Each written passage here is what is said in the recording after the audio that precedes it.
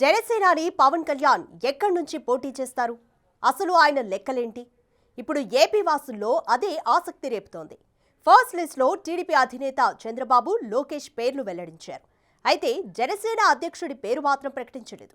ఒక పార్టీ అధ్యక్షుడిగా ఉండి కూడా ఆయన పేరు లేకపోవడంతో తాను పోటీ చేసే సెగ్మెంట్పై పవన్ ఇంకా నిర్ణయం తీసుకోలేకపోతున్నారా అన్న చర్చ మొదలైంది. అయితే ఇప్పుడు పవన్ కళ్యాణ్ పోటీపై కొత్త ఈక్వేషన్స్ తెర మీదకొస్తున్నాయి. పవన్ అసెంబ్లీకి కాకుండా పార్లమెంటుకు పోటీ చేస్తారన్న ఊహాగానాలు చెలరేగుతున్నాయి. నిజంగా పవన్ లోక్సభ ఎన్నికల్లో పోటీ చేయబోతున్నారా? లోక్సభకు అయితే ఎక్కడి నుంచి పోటీ చేస్తారు? అసలు పవన్ కళ్యాణ్ వ్యూహం ఏంటి?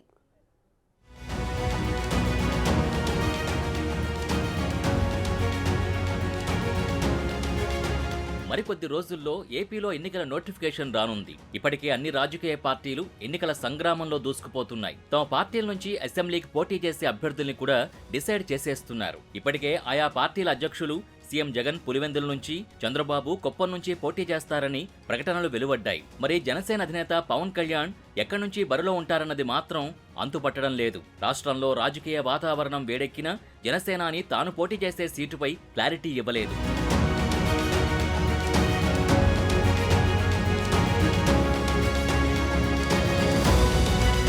2014 ఎన్నికల్లో జనసేన పార్టీ నుంచి పవన్ కళ్యాణ్ టీడీపీకి బేషరతుగా మద్దతిచ్చి టీడీపీ అధికారంలోకి రావడానికి సహకరించారు. అప్పట్లో జనసేనకు సంస్థాగత నిర్మాణం లేకపోవడం, కొత్త రాష్ట్రంలో పాలనకు అనుభవం ఉన్న వ్యక్తి కావాలని చంద్రబాబుకి సపోర్ట్ చేశాను అనడంతో ఎవరూ పెద్దగా పట్టించుకోలేదు. తర్వాత టీడీపీకి జనసేనకి వచ్చిన విభేదాలతో 2019 ఎన్నికల్లో జనసేన ఒంటరిగా పోటీ చేసింది. పవన్ కళ్యాణ్ సైతం ఓటమి పాలయ్యారు. తర్వాత రాష్ట్రంలో వివిధ సమస్యలపై పోరాటం చేస్తూ రాజకీయంగా ఇమేజ్ సంపాదించుకోవడంతో పార్టీ మైలేజ్ కూడా పెంచుకున్నారు. చంద్రబాబు అరెస్ట్ అయిన సందర్భంలో రాజమండ్రి జైలు వద్ద టీడీపీతో పొత్తుని ప్రకటించి రెండు పార్టీల్లో జోష్ నింపారు. అక్కడి వరకు బానే ఉన్న టీడీపీ జనసేన ఉమ్మడి అభ్యర్థుల తొలి జాబితాలో ఆయన పేరు లేకపోవడం చర్చనీయాంశంగా మారింది.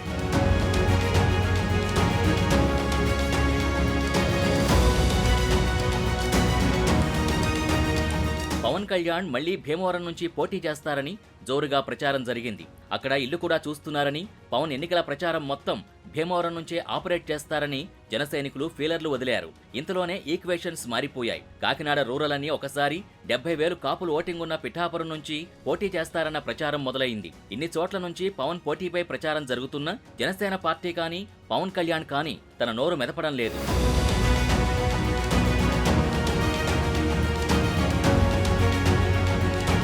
ఇప్పుడు కొత్తగా పవన్ కళ్యాణ్ అసెంబ్లీకి కాకుండా పార్లమెంటుకి పోటీ చేస్తారన్న ఊహాగానాలు చక్కర్లు కొడుతున్నాయి. అనకాపల్లి ఎంపీ నియోజకవర్గం నుంచి పవన్ కళ్యాణ్ అన్న నాగబాబుని పోటీలో దింపాలని చూసినా సర్వేలను చూస్తే గెలుపు కష్టమని తేల్చాయట. దాంతో ఉత్తరాంధ్రను జనసేన వైపు తిప్పుకోవడానికి పవన్ కళ్యాణ్ అనకాపల్లి ఎంపీగా పోటీ చేయబోతున్నారన్న ప్రచారం మొదలైంది. ముఖ్యంగా పవన్ కళ్యాణ్ ఎంపీగా గెలిస్తే కేంద్రంలో మంత్రి పదవి తీసుకుని రాష్ట్రంలో చక్రం తిప్పొచ్చు అనే భావనలో ఉన్నట్టు చెప్తున్నారు. ఇప్పటివరకు టీడీపీ జనసేనతో బీజేపీ పొత్తుపై క్లారిటీ రాలేదు. అయినా పవన్ ఎంపీగా గెలిస్తే బీజేపీతో ముందు నుంచి ఉన్న పొత్తుతో కేంద్రంలో భాగస్వామి అవ్వడం ఖాయమంటున్నారు. దీనికి బీజేపీ పెద్దలు కూడా ఓకే అన్నట్టు ప్రచారం జరుగుతోంది. ఏపీలో టీడీపీ జనసేన కూటమి అధికారంలోకి వచ్చినా పవన్ కళ్యాణ్ సీఎం అయ్యే ఛాన్స్ లేదు కాబట్టి చంద్రబాబు రాష్ట్రంలో, పవన్ కేంద్రంలో చక్రం తిప్పుతారన్న టాక్ నడుస్తోంది.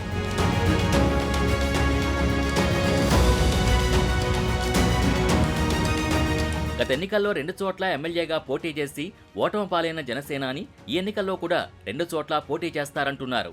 భీమవరం, తిరుపతి, కాకినాడ రూరల్, పిఠాపురంలలో ఒక సెగ్మెంట్ నుంచి ఎమ్మెల్యేగా, అనకాపల్లి నుంచి ఎంపీగా పోటీ చేస్తారన్న సంకేతాలు వెలువడుతున్నాయి. ఎమ్మెల్యేగా ఈస్ట్ వెస్ట్ గోదావరి జిల్లాలోని ఏదో ఒక నియోజకవర్గం నుంచి పోటీ చేస్తే గోదావరి జిల్లాల్లో అది 2 పార్టీలకు ప్లస్ అవుతుందని, అనకాపల్లి నుంచి ఎంపీగా పోటీ చేస్తే ఉత్తరాంధ్రను ప్రభావితం చేసి టీడీపీ జనసేన కూటమి విజయం సాధించేందుకు దోహదం చేయొచ్చనే ఆలోచనలో ఉన్నారంటున్నారు.